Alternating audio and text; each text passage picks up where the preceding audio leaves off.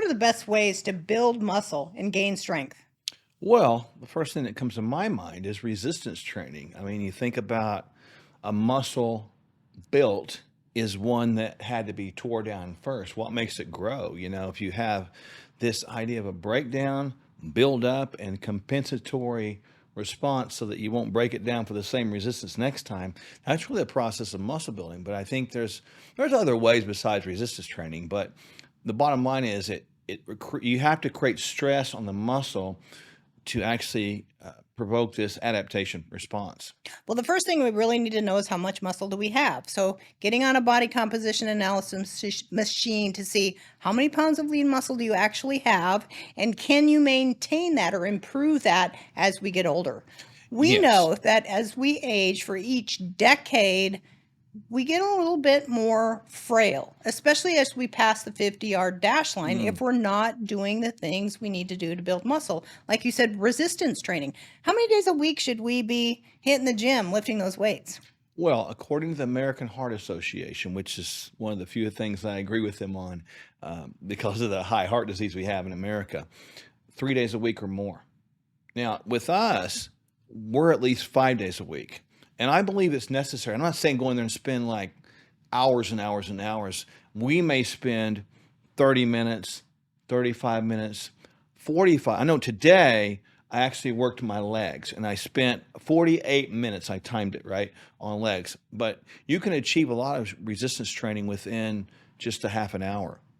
And really, I think everybody out there listening right now should be doing it 3 days a week, bar none, to keep muscle on the frame. So 3 days a week, a busy person could actually see their lean mass stay the same Yep. or even improve.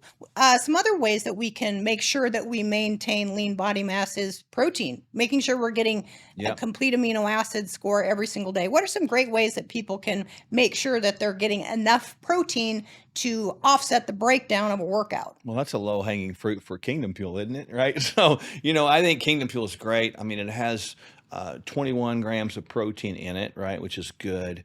But really, when you think about it, protein is made of amino acids, right? Muscles are made from proteins, which come from amino acids. So when you have this breakdown concept, you have to have the amino acids back to rebuild. Think about amino acids as maybe bricks and mortar, for structure.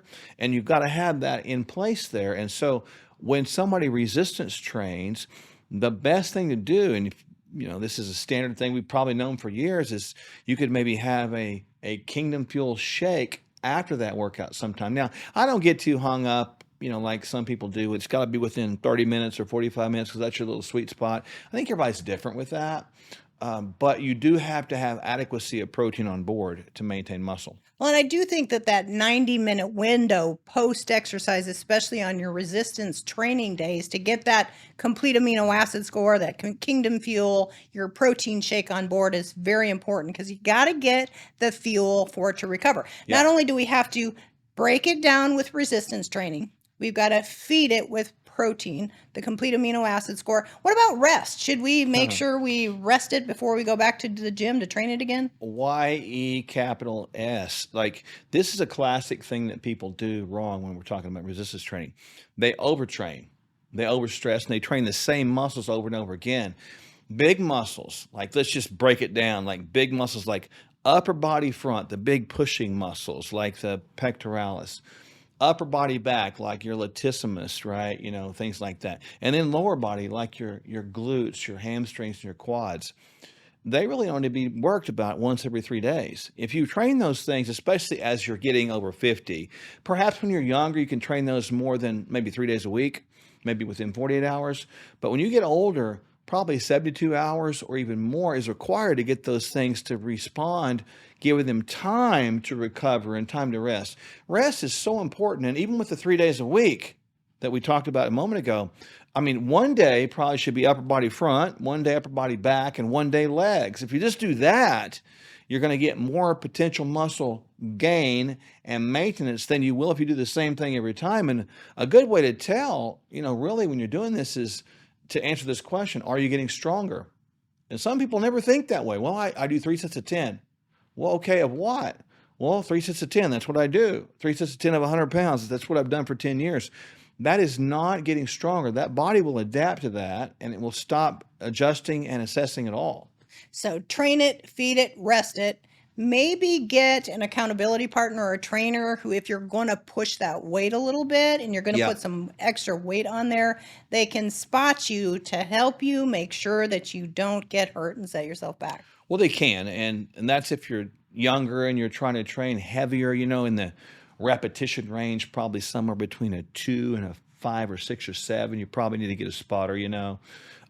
But it's, you get up there in a few age. I don't really get down there lower than about 8s anymore, repetition range. So I try to, my accountability partner is you, but I will actually get a notebook and I'll write down what I've lifted last time. When I come back to that type of workout, I know what I did and I know what I try to do, and I try to get one more, a little bit better. And if I'm doing that on a consistent basis, I'll put a little plus sign down there by my exercise. Little plus sign. And that means I've improved. As long as I've got a lot of pluses in a pattern over time, that means I'm improving.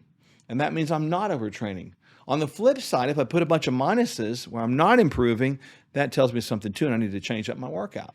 So we've got to monitor our body composition, make sure we know how much lean mass we have, and track it going Yep. upwards. We got to feed it, rest it. What's the last one? I think you got to document it. Document it. Right. And this is important because if we don't maintain muscle tissue in our frame, yes, it's tied to fat loss. I understand. Yes, it's tied to metabolism. But let's don't forget what muscles do. They are attached with tendons to the bones to move the bones. I mean, muscles are about movement. The more muscles you have, the more you can move. Train it, feed it, rest it. You might want to see your practitioner because as we pass that 50-yard dash line, sometimes hormones decline and they need to be replaced. Boy, hormones, that's another show for another day. But in the meantime, train your muscles at least 3 days a week or more. Feed and them. Feed them, rest them, and what was their thing? Fuel them. Fuel them. There you go. All about muscles. Stay strong.